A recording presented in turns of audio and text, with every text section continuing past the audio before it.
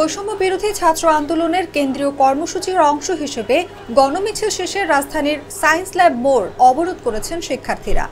শুক্রবার দুপুর 2টা 40 মিনিটে সায়েন্স ল্যাব মোড় অবরোধ করেন শিক্ষার্থীরা।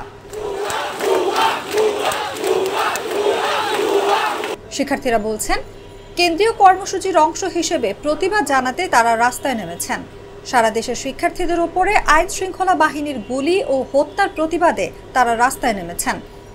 এ সময় শিক্ষার্থীরা জালো জালো আগুন জালো, স্বৈরাচারের গদিতে আগুন জালো, একসাথে দিয়েছি তো রক্ত, আরো দেব রক্ত, রক্তের বন্যায় ভেসে যাবে অন্যায় ইত্যাদি স্লোগান দিতে থাকেন। এদিকে সায়েন্স ল্যাব মোড়ে আন্দোলনকারী শিক্ষার্থীদের পাশেই অতিরিক্ত পুলিশ মোতায়েন থাকতে দেখা গেছে।